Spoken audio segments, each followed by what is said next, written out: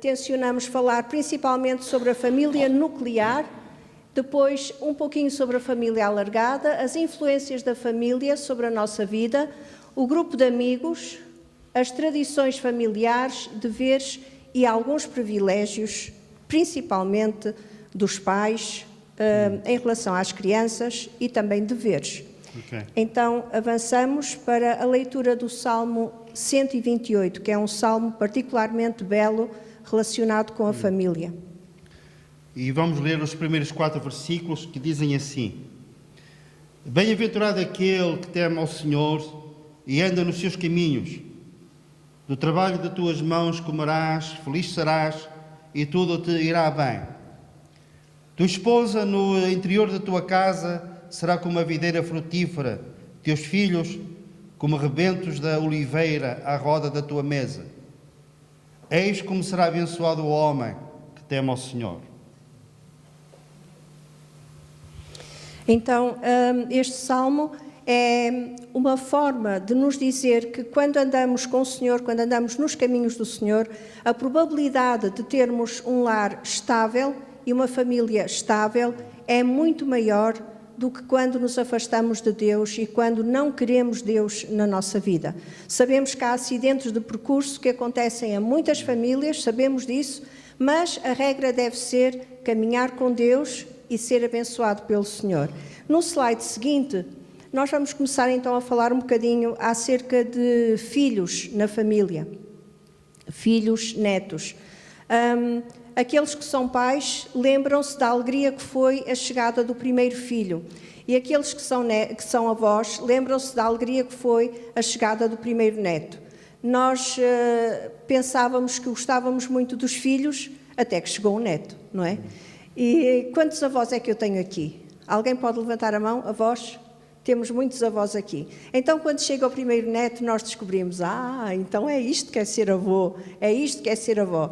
E é uma coisa extraordinária. Quando uma família tem apenas um filho, naturalmente, aquele filho é o centro das atenções dos pais, não é? Tem toda a atenção, tem todo o afeto, os pais esmeram-se muito por aquela criança. E então, fazem um esforço muito grande para dar àquela criança tudo o que podem, às vezes também o que não podem, às vezes o que não tiveram e que acham que lhes fez falta. Então os pais esforçam-se muito, trabalham muito para que os filhos tenham isso. Mas às vezes a família não fica só com um. Então vamos ver o que é que acontece quando tem mais. Então quando a família tem mais alguém, a dinâmica familiar muda. Tem de haver uma adaptação. No mês passado nós falámos acerca de várias adaptações.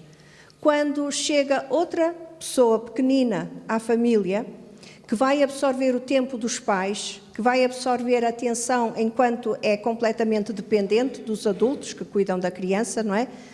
E quando há já um primeiro filho, às vezes é muito difícil repartir bem o tempo pelas duas crianças. E quando são 3 ou 4, então os pais têm que ser mesmo fantásticos para dar o mesmo tipo de atenção a cada uma das crianças. E não é por serem 4, 5 ou uma dúzia, que já não se usa muito famílias assim tão grandes, mas ainda as há, famílias muito grandes. Geralmente os pais acabam por entregar o cuidado dos mais novos aos mais velhos, não é? E pessoas que tiveram essa experiência de famílias grandes acabam por ser um pouquinho a mãe ou o pai dos irmãos mais pequeninos, com todas as vantagens que isso possa ter. A experiência de vida, o aprender a dar-se aos outros, a cuidar dos irmãos, a amar, a tolerar, tudo isso acaba por ser muito proveitoso. Mas é muito importante que os pais permaneçam presentes ao longo de todo esse processo.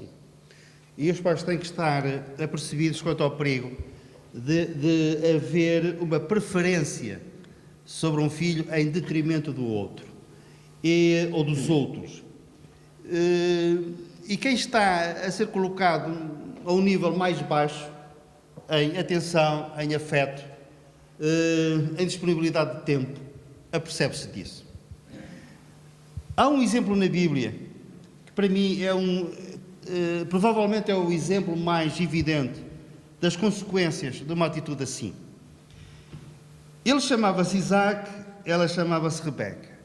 E garanto-vos, se fôssemos estudar essa passagem, nós não teríamos a menor dúvida que o casamento deste homem e desta mulher foi feito no céu.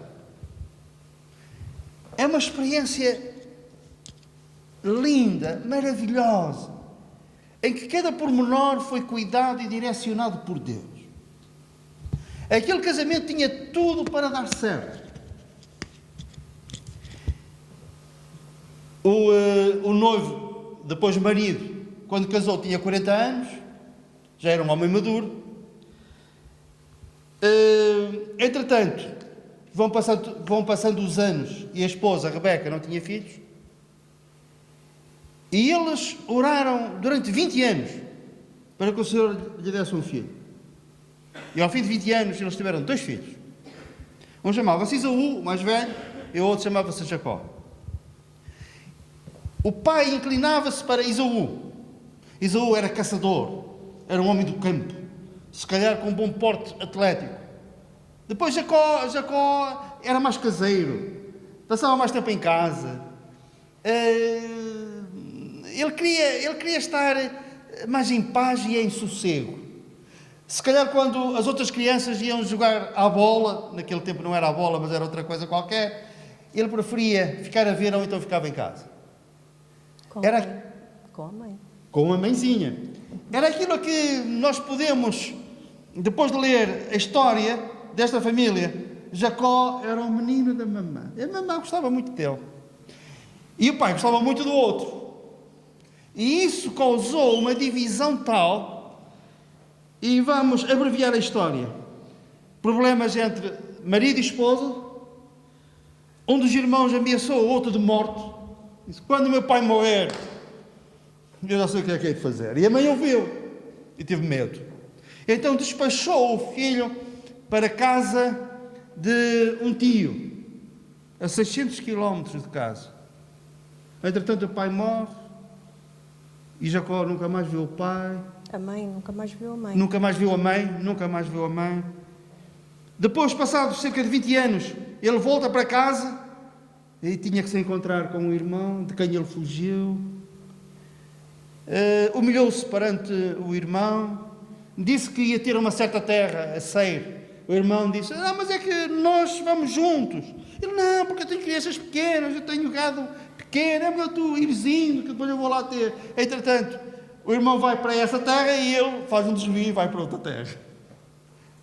Não sei se eles se voltaram a ver, a Bíblia não fala. E tudo isto, porque havia divisão de afetos. Um filho era mais querido pelo pai, o outro mais querido pela mãe. E às vezes são os dois pais que têm um afeto preferencial para com um filho, em detrimento do outro. É uma bomba relógio que está naquela família.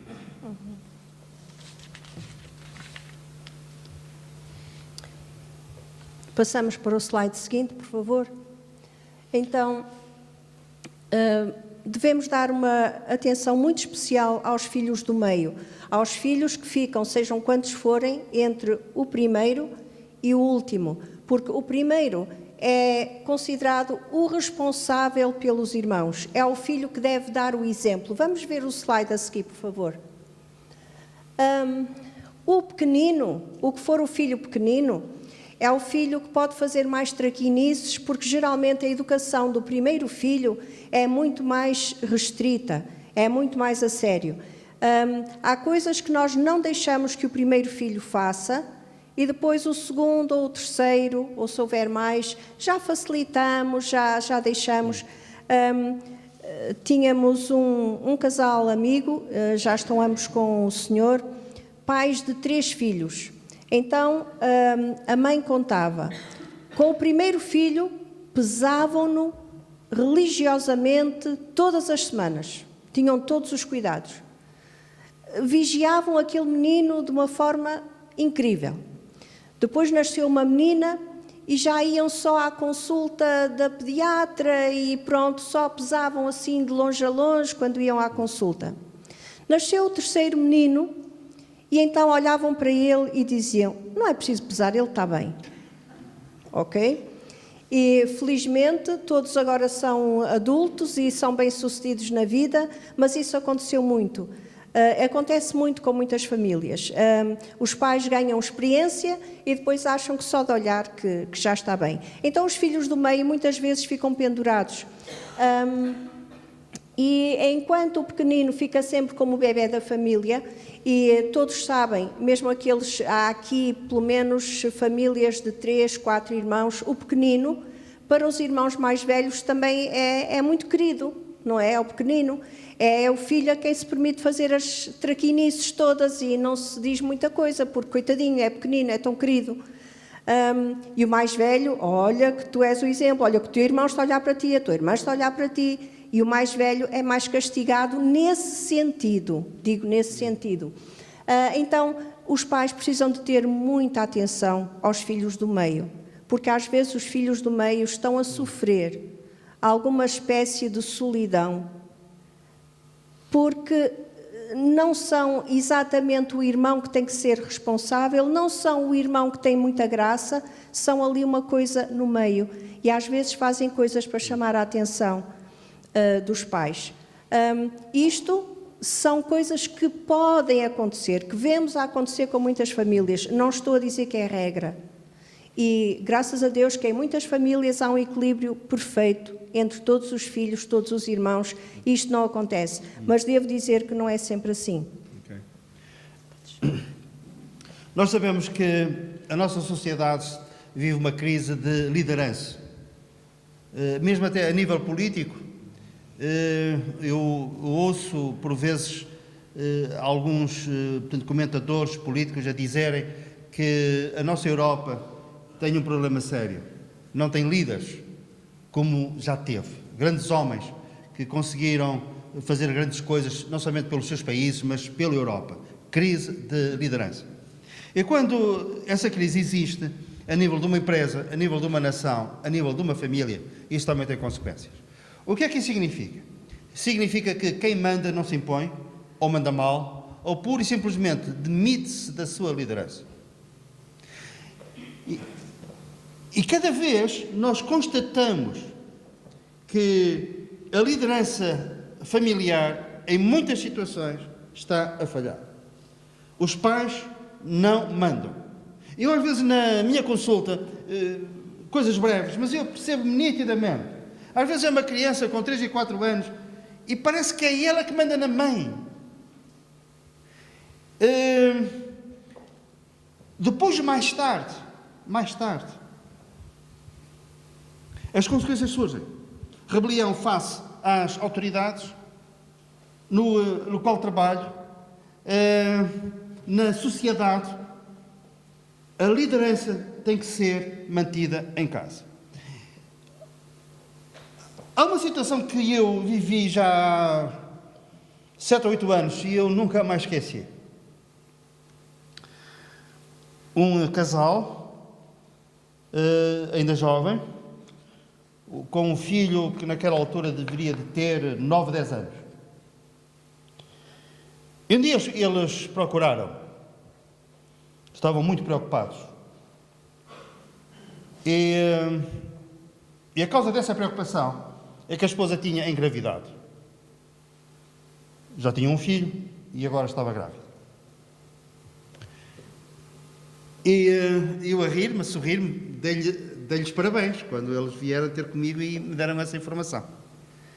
Mas eles estavam-me a procurar por um outro motivo. Eles tinham decidido abortar.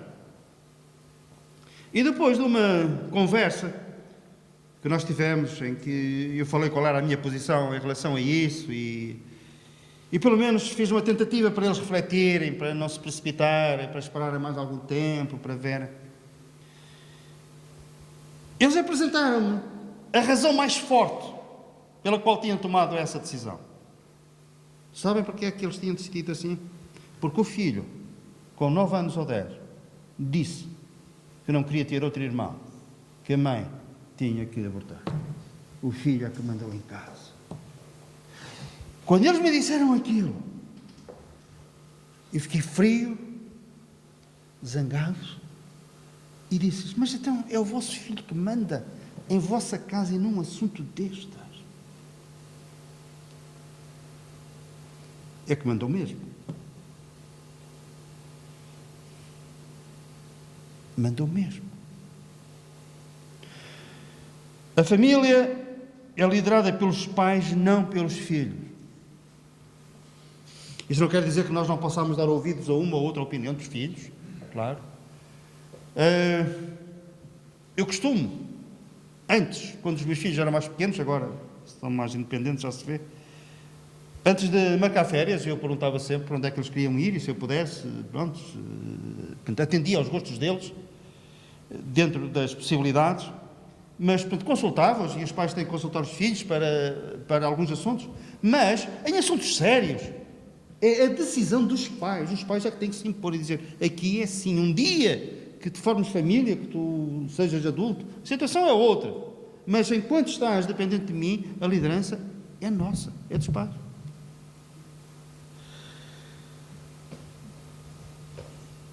Os filhos, o slide seguinte, os filhos devem seguir a agenda dos pais enquanto são dependentes. Tem que ter a nossa influência, tem que ter a nossa marca.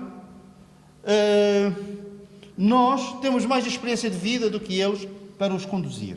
Até porque não há nada que um bom pai e uma boa mãe não façam para o bem dos seus filhos. No meio de tudo isto podemos cometer erros, sem dúvida. Mas se nós não assumirmos a nossa liderança, eles vão cometer mais erros do que nós. Porquê? Porque têm menos experiência. Os pais são responsáveis pelo bem-estar físico, emocional e espiritual dos filhos. E temos que assumir a nossa responsabilidade, enquanto eles são dependentes.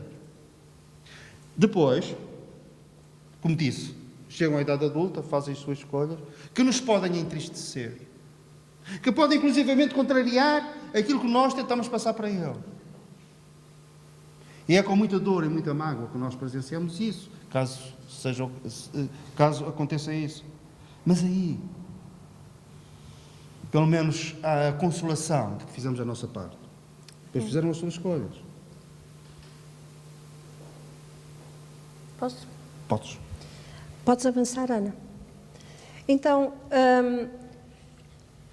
voltando ao tema de formar família, quando as pessoas se casam, duas pessoas se casam, nem sempre pensam nisto, mas nós casamos-nos também com a profissão dele ou dela.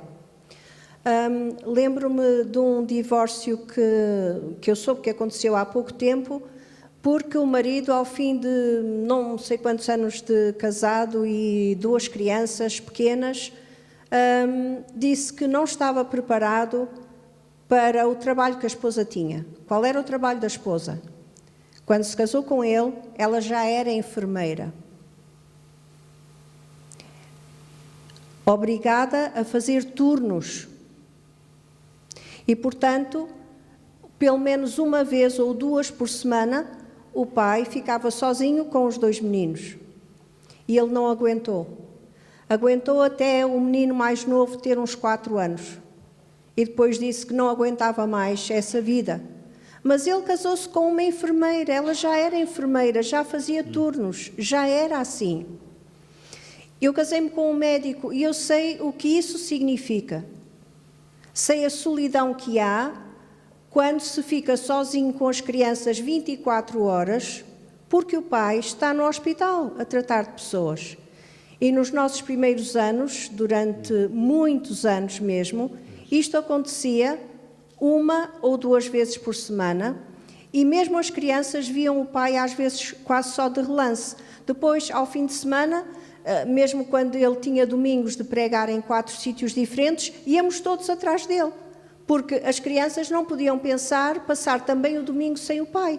Então, era agarrar em coisas, em roupas, em comida e encher a mala do carro e ir com os miúdos o dia todo, às vezes para chegar a casa às 10 da noite ou 11 da noite. E no dia seguinte havia trabalho para mim, havia escola para os meninos, havia trabalho para o pai, mas era o tempo que tínhamos para estarmos juntos. Se não fosse mais, era no carro, nas viagens, era quando parávamos para comer, era quando estávamos em igrejas as mais diferentes, e eles cresceram assim.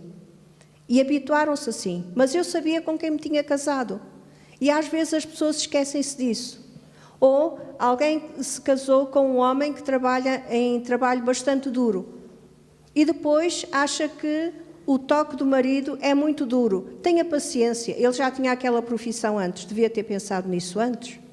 É mesmo assim, as coisas são mesmo assim. E também é importante sabermos qual é a família do marido, porque o casamento não anula a família dele e não anula a família da esposa. As raízes que eles trazem vêm com eles. E nós, quando nos casamos, nós passamos a ter uma sogra, um sogro, cunhados, sobrinhos por empréstimo e muitas outras pessoas. E o marido igual. Então, quanto mais depressa nós percebermos que não é correto e não é bom cortar com as outras pessoas da família do lado dele ou dela, quanto mais depressa percebermos isso, melhor para todos. Isso simplesmente não se pode fazer e não se faz. Não vamos amputar a pessoa que nós amamos de vários ramos da sua família. Só porque o pai tem aquele defeito, só porque a mãe tem aquele defeito, não importa. Quando casamos com aquela pessoa, casamos com o pacote completo. Certo? E isto é preciso ser pensado antes que as pessoas se casem. É o pacote completo. Temos que pensar nisso e fazer alguns ajustes antes. O slide, faz favor, temos que nos apressar. Sim.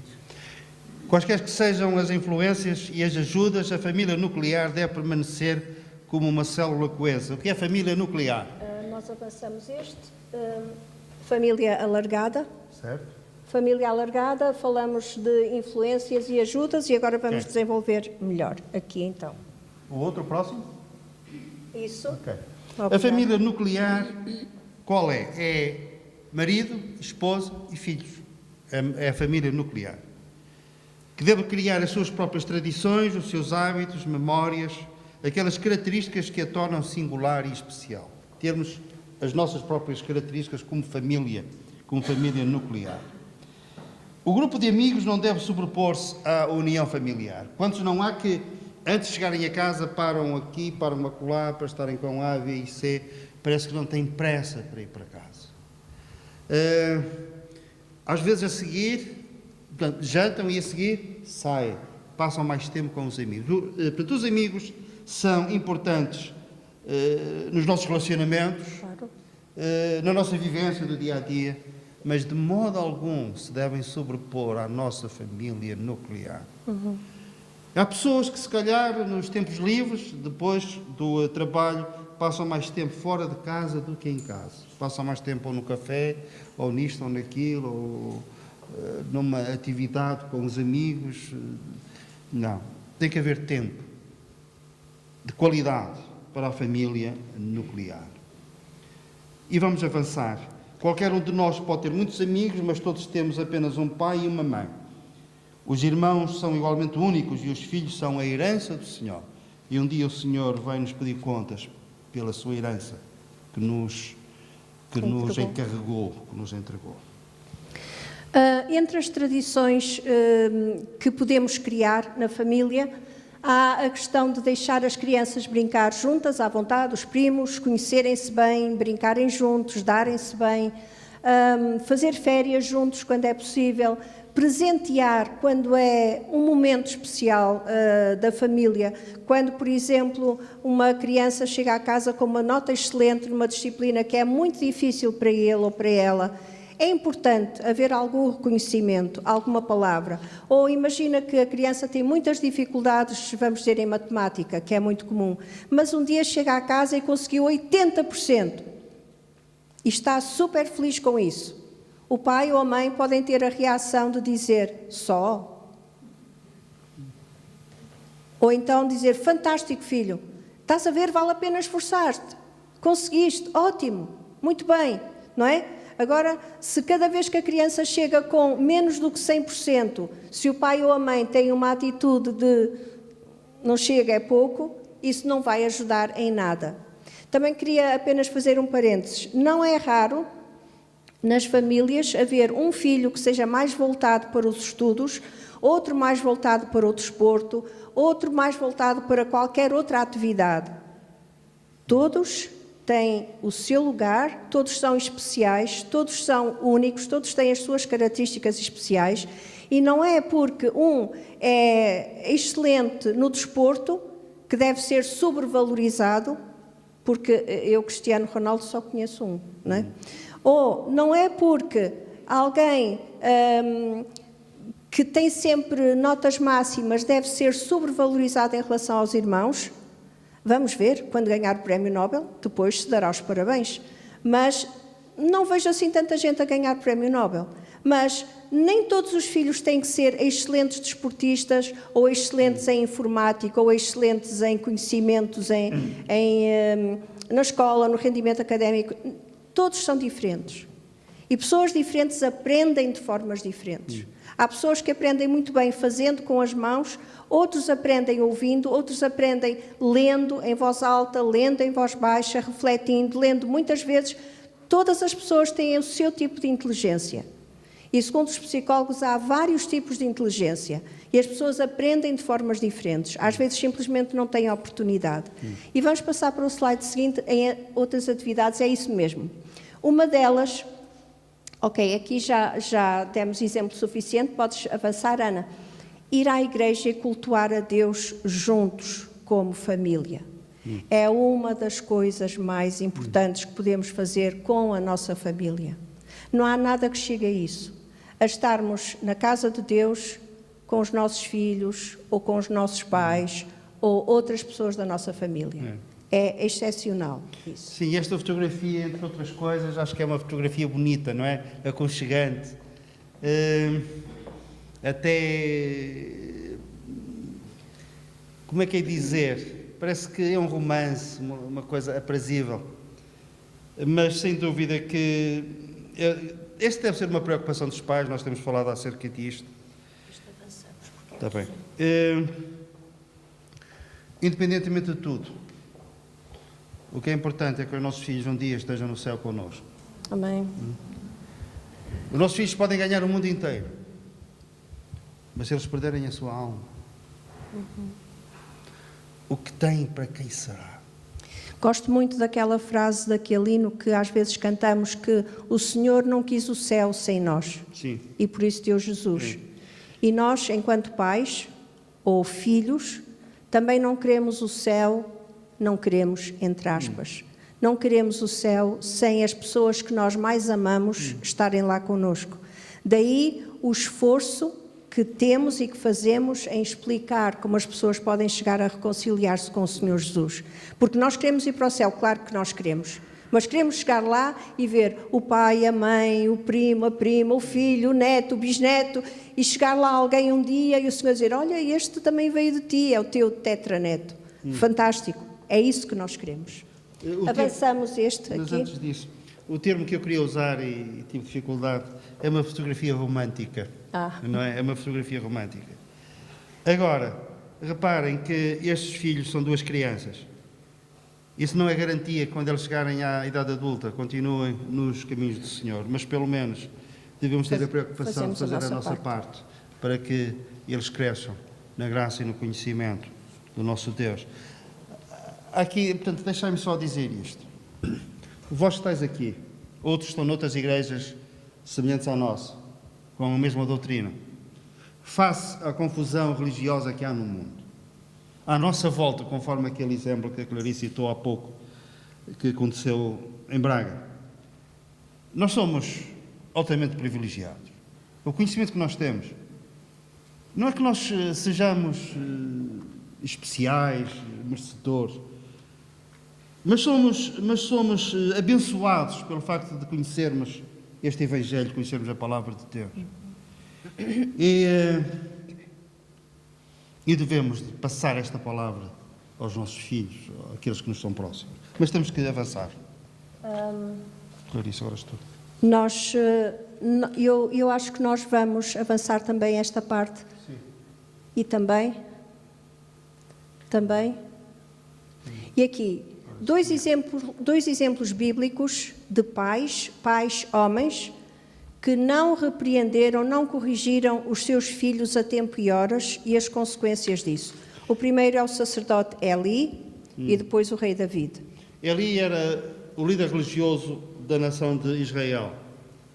Ele tinha filhos que não conheciam ao Senhor. Eu não sei até que ponto é que ele se esforçou para que os filhos conhecessem a Deus. Mas é um facto, eles não conheciam.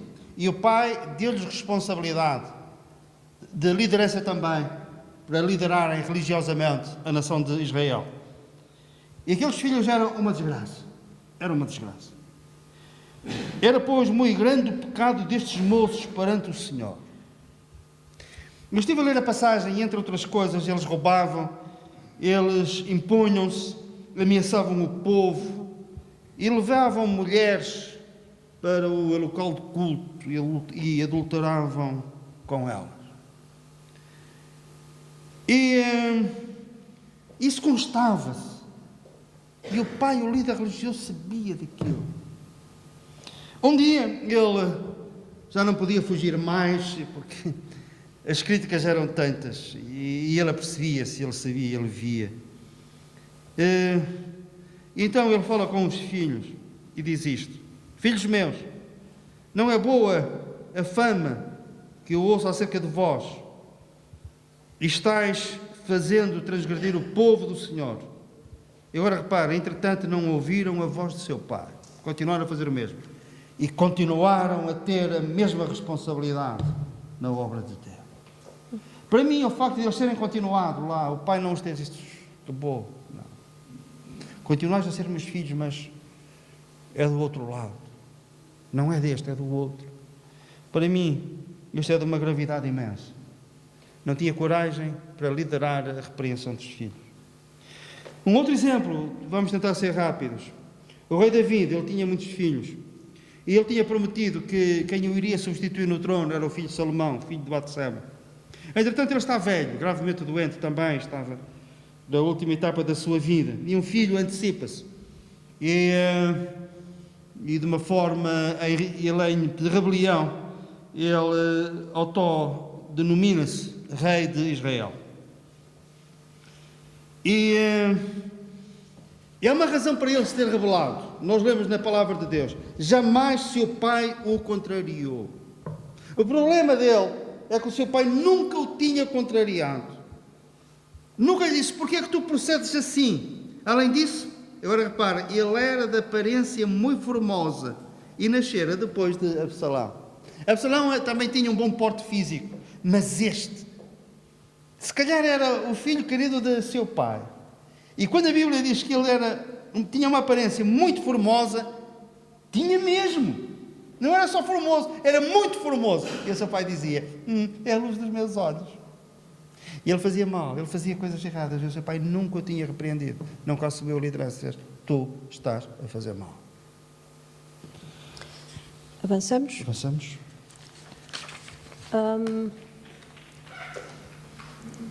Qual é a norma para os pais educarem hoje os filhos? Nós temos que ser muito resumidos nesta parte. Avançamos este texto bíblico que podem ver em casa, e daquele texto bíblico nós achamos por bem salientar apenas alguns aspectos,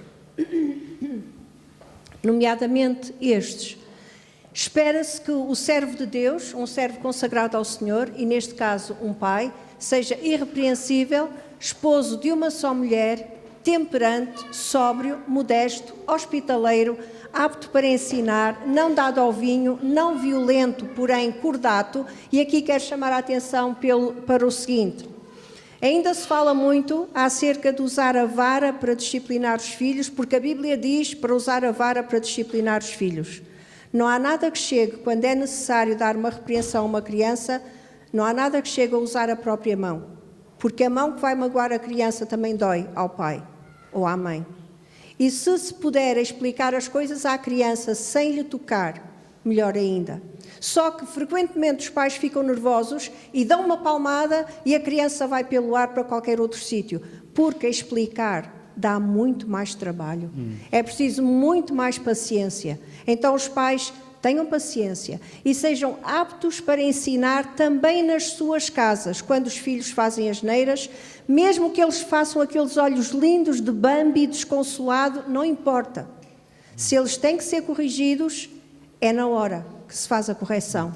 Avançamos? Deixa-me fazer uma coisa. Nós facilmente vamos do 8 para o 80. Ou do 80 para o 8. A minha geração sabe o que é, às vezes, ser tratado de uma forma violenta pelos pais, pelos professores da escola primária. Eu só vos contasse coisas que eu vivi. Eu não, presenciei, porque eu até era um aluno razoável. Mas havia pessoas que não tinham a mesma facilidade que eu. Vocês não fazem ideia. Os mais novos não fazem ideia. Não fazem ideia. Há uns tempos atrás encontrei um amigo de infância. Andámos os dois na escola primária. Eles eram pobres. Eram 10 filhos. E eu olhei para ele e lembrei-me de uma coisa. Tínhamos uma professora que os que não davam erros tinham que dar reguadas naqueles que davam. E tinha que ser com força, senão depois ela dava em nó. Eu lembrei-me das reguadas que eu lhe dei. Eu nunca dava erros, mas ele dava. E eu tinha que lhe bater, assim. É de uma crueldade. Os pais, muitas vezes, também eram violentos. Também tinham sido educados assim. Agora, corremos o risco de quê? Passar para o outro extremo. De não repreender os filhos. Vamos avançar para os 2 últimos slides, Ana, por favor, que têm a oração escrita com um fundo azul. E o resto, se o Senhor nos ajudar, no próximo mês nós poderemos dar continuidade. E este é o momento da oração e nós gostamos de orar convosco. Vamos ficar de e pé. Vamos ficar juntos de pé e fazemos esta oração juntos. E depois cantamos o cântico. Então, todos juntos. Senhor, obrigado por me revelares os teus princípios para a família e para a minha vida individual. Faz de mim uma pessoa íntegra, tanto nas palavras como nos pensamentos e ações. Obrigado pela família onde me colocaste. Rogo-te que endireites os meus caminhos e que eu seja um reflexo de ti na minha casa e na minha família. Transforma-me segundo o bom plano que tens para a minha vida e para a minha família. Em nome do Senhor Jesus Cristo, eu oro. Que o Senhor vos abençoe, que o Senhor abençoe cada uma das vossas famílias. Amém.